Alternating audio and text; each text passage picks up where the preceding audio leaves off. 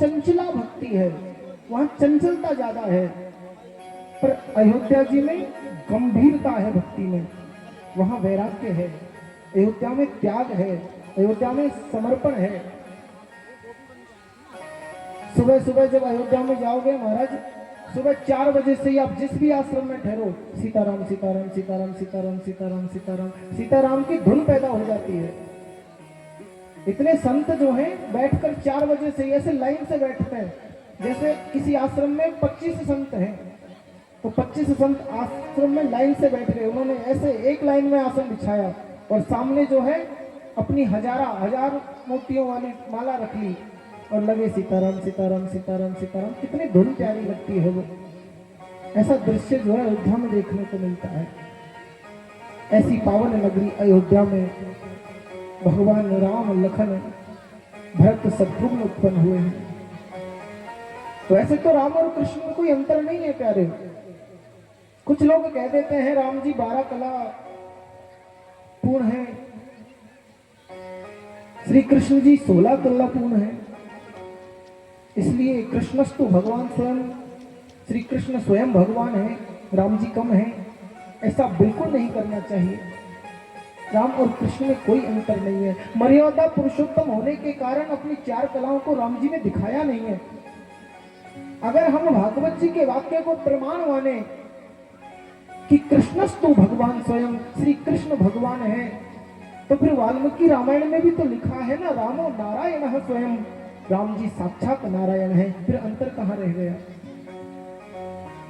राम और कृष्ण में अंतर नहीं निमेष, इनके नयन गंभीर हैं, उनके चपल विशेष। गोविंद के नेत्रों में चंचलता है। श्री कृष्ण के सामने कभी मंदिर में जाना महाराज, श्री कृष्ण के सामने खड़े होकर देखना, ऐसा लगेगा अभी उठा के भगा ले जाएंगे तुम्हें। उनके नेत्रों में चंचलता है। तो राम जी के सामने खड़े होकर देखना, राम जी को देख के वैराग्य जगता है, मर्यादा में रहना व्यक्ति सीखता है। राम जी से जब भी पूछा गया तुम कौन हो, राम जी ने कहा मैं संतों का दास, भक्तों का दास, अयोध्या नरेश महाराज दशरथ का ज्येष्ठ पुत्र राम हूं। लेकिन श्री कृष्ण से जब पूछा गया तुम कौन हो, वो कहते हैं मैं भगवान हूं, मेरी शरण में आओ तुम्हारा कल्याण कर दूंगा। उन्होंने डंका बजा के कहा महाराज मैं भगवान हूं। राम जी ने छुपाया है, ठाकुर जी ने दिखाया है, दोनों ही भगवान हैं।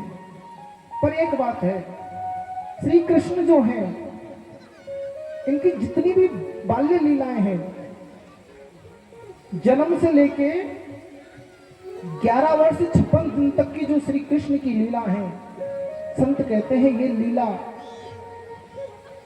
दर्शन का विषय है, ये लीला श्रवण योग्य है, पर ये लीला जीवन में उतारने लायक बिल्कुल नहीं है। 6 वर्ष का बालक, 6 दिन का बालक पूतना को मार रहा है, ये मनुष्य का काम हो सकता है? 1 वर्ष का बालक तृणावर्त को मार रहा है, ये मनुष्य का कार्य हो सकता है? 7 वर्ष का बालक गोवर्धन पर्वत उठा रहा है, ये मनुष्य का कार्य हो सकता है? 5 वर्ष का बालक पूरे वन में लगी अग्नि उसे पी गया, क्या ये मनुष्य का कार्य हो सकता है? श्री कृष्ण ने ऐसी लीला करी जिनसे दिखता है कि वो भगवान है। संत कहते हैं तो यहां तक की जो लीला है वो श्री कृष्ण की, उन्हें देख के आनंद लो, सुन के आनंद लो, उनका कीर्तन करो, पर वो जीवन में मत उतारो। हाँ, मथुरा से जब द्वारिका चले गए तो वहां जो जो लीलाएं करी, उन लीलाओं में से वस्तुतः सब तो वो भी नहीं, कुछ कुछ लीला जीवन में उतारने लायक है। लेकिन हमारे राघवेंद्र सरकार जो है, उनका तो संपूर्ण जीवन चरित्र ही जीवन में उतारने लायक है। राम जी ने जो किया है वो सब करने योग्य है। राम जी करते क्या हैं? प्रातः काल उठ के रघुनाथा, प्रातः काल उठ के रघुनाथा, प्रातः काल लावहि माथा, प्रातः काल उठ के रघुनाथा, काल उठ गई रघुनाथा, मात पिता गुरु नामे माथा, माति पिता गुरु नामे माथा। राम जी जब जगते हैं अपने हाथों को देखते, पृथ्वी को प्रणाम करके सर्वप्रथम अपने माता पिता के कक्ष में जाते हैं और माता पिता के चरणों में साष्टांग वंदन करते हैं। फिर गुरु जी के पास जाते हैं, गुरु जी के चरणों में वंदन करते हैं। राम जी ने प्रत्येक वो लीला करी है। मर्यादा पुरुषोत्तम है ना, मनुष्यों को शिक्षा प्रदान करने के लिए। हनुमान जी कहते हैं राम जी का जन्म क्यों हुआ? हनुमान जी कहते हैं राम जी का जन्म क्यों हुआ? जो मरने वाले लोग हैं ना, उन्हें जीवन सिखाने के लिए कि जीवन जिया कैसे जाता है, जीवन सिखाने के लिए, जीवन जीने की शैली सिखाने के लिए राम जी प्रकट होते हैं। देखो, अगर राक्षसों का वध करने के लिए राम जी आते तो ये सब तो वहां बैठे बैठे भी हो सकता था ना। तज निज धाम यहाँ क्यों आतो, इच्छा मात्र ही असुर न सातो। वो धाम छोड़कर क्यों आता? इच्छाओं से ही, अपनी इच्छा मात्र से असुरों का नाश कर देता। तज निज धाम यहाँ क्यों आतो, इच्छा मात्र ही असुर न सातो। सब खेल बैठे ही रचातो, तो सबरी के बेर बोलो कैसे ले तो खाए। तज दो शेष सिंहासन भक्त की टेर तजी नहीं जाए। भक्त जब पुकारते हैं तब जाके राम जी का प्राकट्य होता है। तो केवल भगतन हित लागू,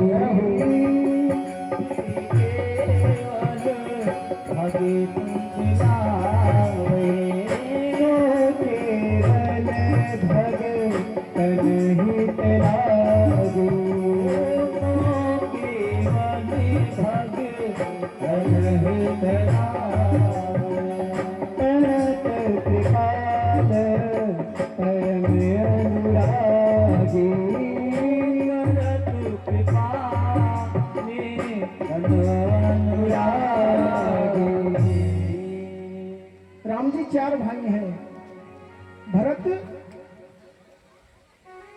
शत्रुघ्न, लक्ष्मण और राम जी।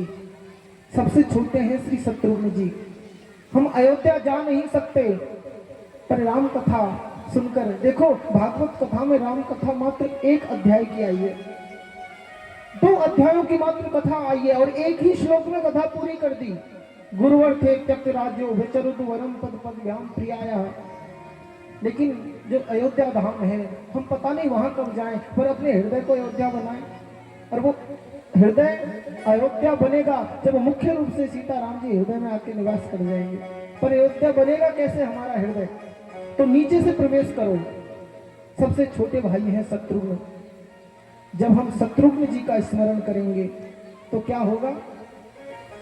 शत्रुघ्न जी की जो शक्ति है ना, उनका नाम है श्रुत कीर्ति।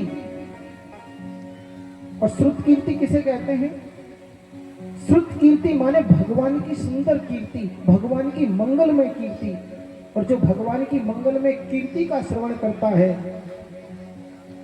तो वो भगवान की मंगलमय कीर्ति जो है शक्ति बनकर हमारे हृदय में शत्रुघ्न तत्व का प्राकट्य कर देती है। और जब हृदय में शत्रुघ्न तत्व प्रकट हो जाता है तो हृदय में कामादि जितने भी शत्रु हैं सबका समन हो जाता है, सबका दमन हो जाता है, शत्रु नष्ट हो जाते हैं। शत्रुघ्न जी जो है ऐसे है महाराज, जिनका नाम लेने से जो है हमारे शत्रु नष्ट हो जाते हैं। भैया कौन से शत्रु नष्ट हो जाते हैं? हमने देखा राम जी ने भी युद्ध किया, लक्ष्मण जी ने भी युद्ध किया, भरत जी ने भी युद्ध किया, पर शत्रुघ्न जी ने तो केवल एक ही युद्ध किया, मथुरा शत्रुघ्न जी ने ही बसाई। मधुपुरी जो है, जो वृंदावन धाम में जो मथुरा है, वो शत्रुघ्न जी की नगरी है वो। तो एक युद्ध किया, ज्यादा युद्ध उन्होंने किए नहीं। कौन से शत्रु नष्ट करते हैं? बोले काम, क्रोध, मद, लोभ, ईर्ष्या और द्वेष के जो शत्रु हैं भगवान की सुंदर कीर्ति का जब हम श्रवण करते हैं तो शत्रुघ्न जी अपनी शक्ति श्रुत कीर्ति के साथ मिलकर हृदय के शत्रुओं का नाश कर देते हैं। देखो सबसे बड़ा शत्रु क्या है हमारा? लोभ। लोभेन वर्धते, लोभ लाभेन वर्धते, लाभ से लोभ बढ़ता है। एक बार नारद जी ने देखा एक भिखारी जो है भीख मांग रहा है रोड पर बैठा बैठा, बड़ा दुर्बल, बड़ा कृशकाय उसका शरीर। नारद जी को दया आ गई। नारद जी ने एक पर्ची पे अपने हस्ताक्षर किए और कहा ले भाई इसे तू रख और कुबेर जी के पास पहुंच जा। मेरा हस्ताक्षर देखेंगे तो तुरंत ही तुझे खूब सारे धन देंगे, फिर तेरी ये दरिद्रता समाप्त हो जाएगी। वो भिखारी पहुंच गया, अन्नपूर्णा मैया के पास पहुंचा। महाराज अन्नपूर्णा मैया ने जैसे ही नारद जी का हस्ताक्षर देखा, नारद जी कहीं भी पहुंच सकते हैं, दैत्यों के पास पहुंच सकते हैं, दानवों के पास पहुंच सकते हैं, गंधर्वों के पास, देवताओं के पास, यहाँ तक कि बैकुंठ में जब चाहे तब नारद जी पहुंच जाए, कोई रोक टोक नहीं है। नारद जी का हस्ताक्षर देखा, सिग्नेचर देखा महाराज, किसी की रोकने की हिम्मत नहीं हुई। कुबेर जी अरे नारद जी का हस्ताक्षर, आओ आओ महाराज। उसमें लिखा हुआ था इसे मैं भेज रहा हूं, इसके कमंडल में सोना चांदी असरफी हीरे जवाहरात मोती इतना धन भर दो महाराज की 60 जन्म बैठ के खाए। ठीक है, अब कुबेर जी ने उसको खजाने में भेज दिया, भैया भर ले। अब भरा जा रहा है उसके कमंडल में धन। 15 दिन हो गए, नारद जी पुनः उस रास्ते से गुजरे तो उस भिखारी को वहां पे देखा नहीं उन्होंने। तो सोचे भैया इतना धन पाकर फिर दोबारा कौन भीख मांगेगा, देखो तो सही है कहाँ बंगला बना के रह रहा है, ऐसा आराम कर रहा है। ध्यान में देखा महाराज तो वो तो अभी भी वहां कुबेर जी के ही खजाने में बैठा हुआ है और उस कमंडल में धन भरा जा रहा है। ओहो, 15 दिन में अभी तक उसका कमंडल ही नहीं भरा। नारद जी पहुंचे, भैया क्या हुआ?